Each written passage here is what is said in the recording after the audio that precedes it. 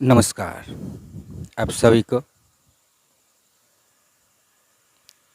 तो आज मैं आपको एक बात बता रहा हूँ। बहुत लोग पूछते हैं कि वेद क्या है। तो मैं बोलना चाहता हूँ,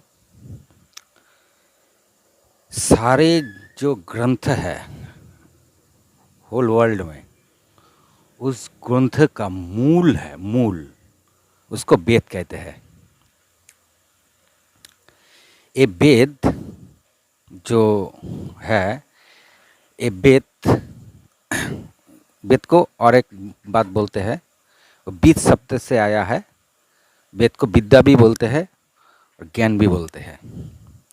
ज्ञान क्या, जो ज्ञान है सारे विश्व में जो भी है, उसका मूल है वेद। तो सबसे पहले हमारा परमेश्वर ने ब्रह्मा को दिया था वेद।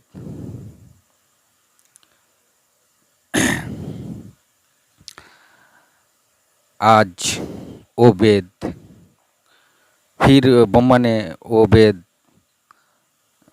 नारद जी को दिया था। तभी वेद श्रुति कहलाता था। श्रुति क्यों? क्योंकि तब लिखने का कोई सिस्टम नहीं था। लिखने का सिस्टम आया है कली युग में। वो तो सत्य त्रेता द्वापर में तो लिखने का कोई सिस्टम नहीं है। तो जब वो सिस्टम नहीं है तो श्रुति में था। तो इस वेद को जो संकलन करता है, अनुवाद करता है, उसी को व्यास कहते हैं। तो विष्णु पुराण में ऐसे व्यास 29 व्यास का बात बोला है, उसमें वाल्मीकि भी है। तो सबसे अच्छा जो संकलन किया है और वेद को जो भाग भाग किया था, वो है वेद व्यास। वेद व्यास का असली नाम तो लोग जानते ही है।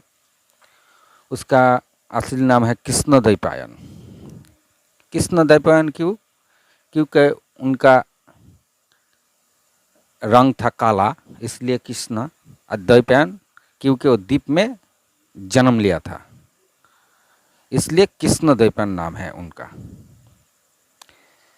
तो कृष्ण द्वैपायन तो वेद व्यास ही सिर्फ संकलन नहीं किया था, ऐसे 29 ऋषियों ने भी इसको संकलन किया था। 29 ऋषि। उनका नाम क्यों आता नहीं? क्योंकि वेद व्यास ने सबसे अच्छा ये संकलन किया था और वेद को 4 भागों में वेद व्यास ने भाग किया था। पहले वेद एक ही था, वो सत्य त्रेता द्वापर में भी था, लेकिन उसको सबको सिखाया नहीं जाता था। क्योंकि अगर वेद का ज्ञान किसी बुरा आदमी के हाथ लग गया तो संसार को बहुत क्षति हो जाता। तो वेद व्यास जब वो वेद को 4 टुकड़ों में भाग किया, तो ऋग्वेद, सामवेद, यजुर्वेद और अथर्ववेद। तो वेद व्यास ने 4 शिष्यों को एक एक करके वेद दिया था। तो इस शिष्यों ने 4 वेदों में पारदर्शी हुआ। फिर भी उस शिष्यों ने वेद व्यास को बोला है कि ये बाहर नहीं जाना चाहिए। किंतु वेद व्यास ने बहुत उदार टाइप के थे। वेद व्यास ने बोला ना, ये साधारण लोग को भी जानना चाहिए। तो साधारण लोग को जान के आज यही हाल है। उसका दुरुपयोग अभी चल रहा है, नकल भी किया है बहुत लोग, मिलावट भी किया है। हम जो आप वेद पढ़ते हैं ये भी बहुत मिलावट है। और जो वैदिक काल था, वैदिक काल में तो इसका सबसे ज़्यादा मिलावट वैदिक काल में हुआ है। तभी दूसरे धर्म के लोग उतना था ही नहीं, फिर भी वैदिक काल में सबसे ज़्यादा मिलावट हुआ है। तो इस वेद को, इस वेद मंत्र और ब्राह्मण 2 भागों में भाग किया था।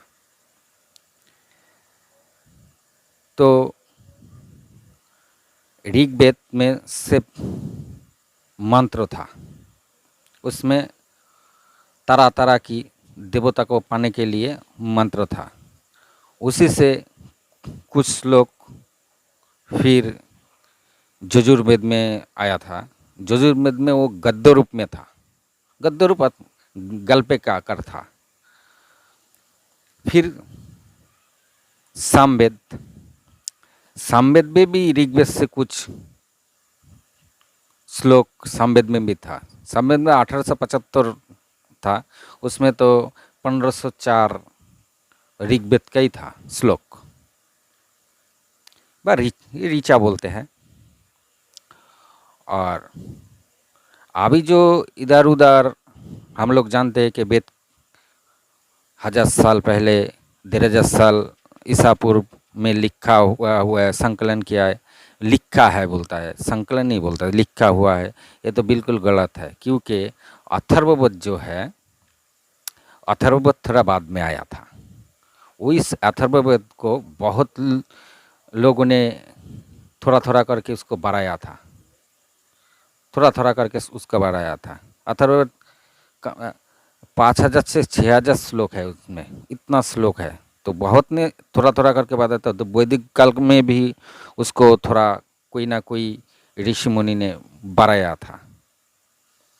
तो उसी को पकड़ के बहुत सारे विद्वान ने बोलता है कि 1000 साल 1500 साल पहले वेद को लिखा है। एक्चुअली नहीं है, वेद तो सबसे पहले है। जब ब्रह्मा सृष्टि हुआ तभी वेद सृष्टि हुआ था।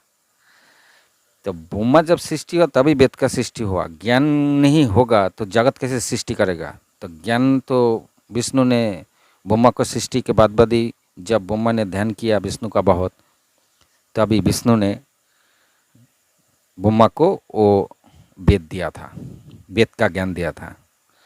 इसको ब्रह्म ज्ञान भी बोलते हैं बहुत। तो इस ज्ञान को नारद ने व्यास जब देख रहा था कि सत्ययुग चला गया, त्रेता युग चला गया, द्वापर युग चला गया, पहले भी मनुष्य का आयु भी ज़्यादा था, वो ज़्यादा लंबा था, और उसका दिमाग भी ज़्यादा सक्रिय था। तो जैसे जैसे काल बदल रहा है, ऐसे ऐसे आयु भी घट रहा है, हाइट भी घट रहा है, और उसी तरह दिमाग भी घट गया है। अभी हमारा जो कलिकाल में हमारा जो दिमाग है वो बहुत घट गया है, इसलिए हम लोग याद कम रख सकते हैं, हम लोग ज़्यादा याद नहीं रख सकते। तो अभी वेद व्यास ने सोचा कि ये अब श्रुति में रहेगा तो सब कुछ भूल जाएगा। अभी के कली के जो लोग हैं ये वेद को याद नहीं रख पाएगा। तो व्यास ने किया वो वेद को 4 भागों में भाग करके वो लिखना स्टार्ट किया। तो पूरा ज्ञान नहीं था, तभी नारद ने आया, नारद ने आके वेद व्यास को पूरा ज्ञान दे दिया जो कैसे कैसे वेद लिखना है।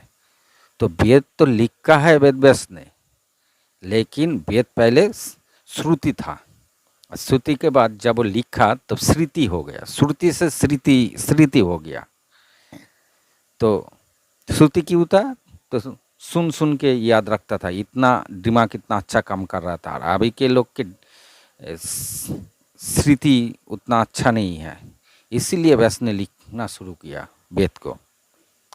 फिर भी ज़्यादा फैलाया नहीं था वेद को, सोच समझ के किसको देना है उसी को देता था। जिस ब्राह्मण बहुत अच्छा था, जिसका बहुत धर्म के ऊपर निष्ठा रखता था, उन्हीं को वो वेद ज्ञान दे जाता था। फिर ये वेद ज्ञान जब दूसरे धर्म के लोग हमारा भारत में आया तो वेद ज्ञान पढ़ के उनका तो सोचा ये क्या है, इसमें तो बहुत कुछ है। तो अभी भी प्रमाण है, आप लंदन में जाइए, 2000 साल पुराना आपको वेद मिल जाएगा। 2000 साल पुराना हाथ में लिखा हुआ वेद आपको लंदन में मिल जाएगा। तो उन लोगों ने ले गया। अभी भी साइंस जितना भी कुछ आविष्कार कर रहा है, जो भी कर रहा है, सब कुछ जो भी कर रहा है सब कुछ वो वेदों से ही आया है। तो अथर्ववेद बाद में आया।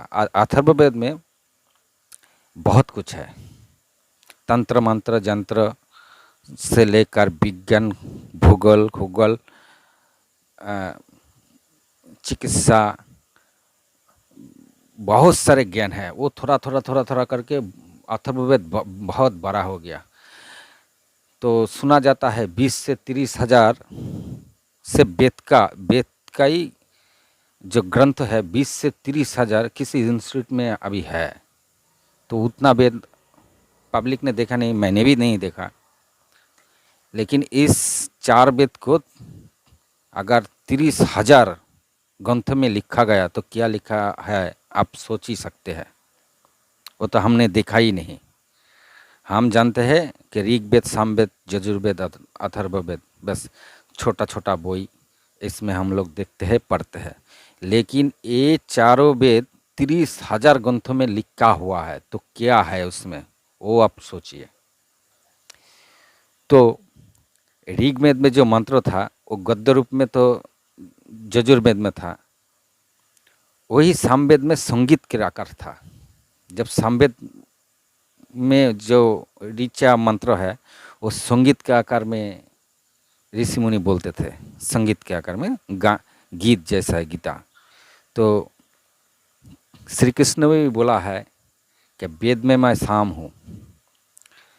तो साम वेद, सबसे छोटा वेद सामवेद है, लेकिन सबसे ज़्यादा फेमस सामवेदी है। और अथर्ववेद में बहुत कुछ आया है। और वेद को 2 भागों में भाग किया है, मंत्र और ब्राह्मण। तो ब्राह्मण को भी 2 भागों में भाग किया है, आरण्यक और उपनिषद। और उपनिषद को भी वेदांतो भी बोला जाता है, क्या वेद का जो अंत है वो वेदांतों में ही है, उन्हें सार अंश। तो ऐसे जैसे मक्खन है सार, ऐसे भी हमारा वेद का जो सार है वो है वेदांत। आप अच्छे से कुछ जानना चाहिए तो वेदांत आप जब पढ़ेंगे तो आपको बहुत कुछ मिल जाएगा उस वेदांत से। इससे भी 108 उपनिषद है। आयुर्वेद भी है, क्या अथर्ववेद के पीछे पीछे आयुर्वेद भी आया है। क्यों? अथर्ववेद में थोड़ा थोड़ा आयुर्वेद में भी लिखा है, चिकित्सा विज्ञान जिसको बोलते हैं, चिकित्सा विज्ञान। ऐसे भी तो अथर्ववेद में तो सत्ययुग में अथर्ववेद में जो लिखा था उसे तो आप सुन के तो हकपक रह जाएंगे। उसमें वायु चिकित्सा है, हमने तो कभी देखा ही नहीं, सुना ही नहीं। वायु चिकित्सा कि मैंने हवा से आपको रोग ठीक कर देता था, इसे वायु चिकित्सा बोलता है। फिर पानी चिकित्सा मान जल चिकित्सा, जल चिकित्सा पानी जिसको, जल से कैसे चिकित्सा करते हैं हमने तो देखा ही नहीं। तो जल चिकित्सा भी था, वायु चिकित्सा है। फिर सूर्य चिकित्सा, वो सूर्य के जो किरण पड़ते हैं उससे भी रोग ठीक करते थे। तो ऐसा चिकित्सा तो हमने देखा ही नहीं, लेकिन अथर्ववेद में है बहुत कुछ। अभी जो वेद हम लोग पढ़ रहे हैं इसमें बहुत कुछ नहीं है। ऐसे भी हो सकता है कि हमारा जो पूर्वज ब्राह्मण लोग जो थे वो लोग कहीं छुपा दिया है कि पूरा सब ठीक नहीं है। क्योंकि पहले हम लोग जानते थे कि ब्राह्मण जो बोलते था वो हो जाता था, अभी को ऐसा होता नहीं। क्योंकि पूरा का पूरा सब ठीक ठाक नहीं है। जो अच्छे सॉलिड चीज़ है उसको कहीं छुपा दिया गया, वो नहीं है। हम लोग पढ़ते हैं, हम भी, हमारे पास भी वेद है, हम भी पढ़ते हैं। तो मंत्र मैंने बहुत देखा है, किसी किसी मंत्र ठीक ठाक नहीं लगता मुझे। तो ये वेद हम वेदव्यास ने लिखा है, वेदव्यास भी पुराण भी लिखा है, वेदव्यास ने गीता भी लिखा है। तो ये महाभारत भी लिखा है। तो उन्हीं के आशीर्वाद से हम लोग को जान पा रहे हैं। और अभी जो स्कूल में पढ़ाता है, कॉलेज में पढ़ते हैं, सारे किताब में कहीं ना कहीं भूल है, पूरा 100% ठीक ठाक नहीं है। इसलिए कॉलेज स्कूल में हर साल हर बरस किताब चेंज होता है। क्यों होता है? इसका एक ही कारण है कि किताब पूरा ठीक नहीं है, कहीं ना कहीं कुछ गलत है, इसलिए किताब चेंज होता रहता है। लेकिन वेद को बोलते हैं कि निखुत है। इस वेद में कहीं कुछ भी त्रुटि नहीं है, अटूट है, अटूट, इसमें कुछ त्रुटि नहीं है। तो विदर्भ ने तो ऐसा मानता नहीं, और साइंस जो भी कर रहा है वो फिर आके वेद हमारा धर्म से ही मिल रहा है।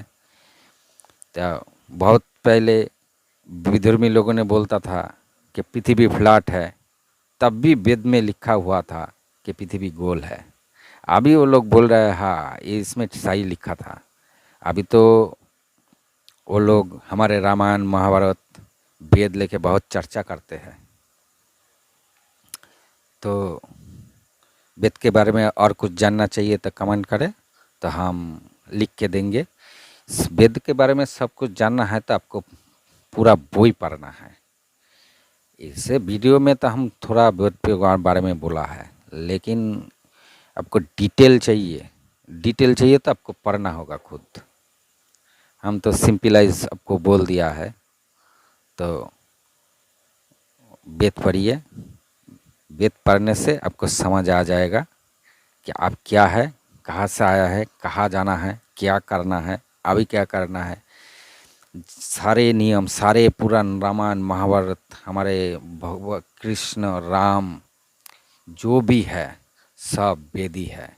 ब्रह्मांड जब खत्म हो जाता है तो वेद, नया ब्रह्मांड जब चालू होता है फिर वेद, वही वेद फिर दूसरे ब्रह्मा को दे जाते हैं ज्ञान के लिए। तो वेद एक ही है, वो कल्प कल्प एक ही रहता है। ब्रह्मा को क्यों दे जाता है कि अभी जो सृष्टि किया है पहले जो किया था उसी तरह उसी टाइप का हो, इसीलिए वो ज्ञान दिए जाते हैं। जैसे काकभूषुंडी का आपका नाम ही सुना है, तो काकभूषुंडी भी बोला था कि मैंने 16 बार रामायण देखा, 16 बार महाभारत देखा, 11 बार रामायण देखा। वो जीवित है अभी। तो हर बार वो थोड़ा अलग था, एक नहीं है। तो आप सोचिए कि ये जगत स्टार्टिंग एक ही टाइप के होते हैं, लेकिन पुंखानुपुंख एक जैसा नहीं है। अब भी चेंज हो रहा है, आपका मुखमंडल डेली आपको लगता है कि एक ही है हमारा मुख, हमारा शरीर, लेकिन नहीं, हर सेकंड में चेंज हो रहा है। इसके लिए बहुत अच्छा सा आपको वीडियो बना के देंगे कि क्या हो रहा है हमारा बॉडी में, क्या हो रहा है विश्व ब्रह्मांड में। तो आज ही नमस्कार, सब अच्छे रहिए, खुश रहिए, धन्यवाद।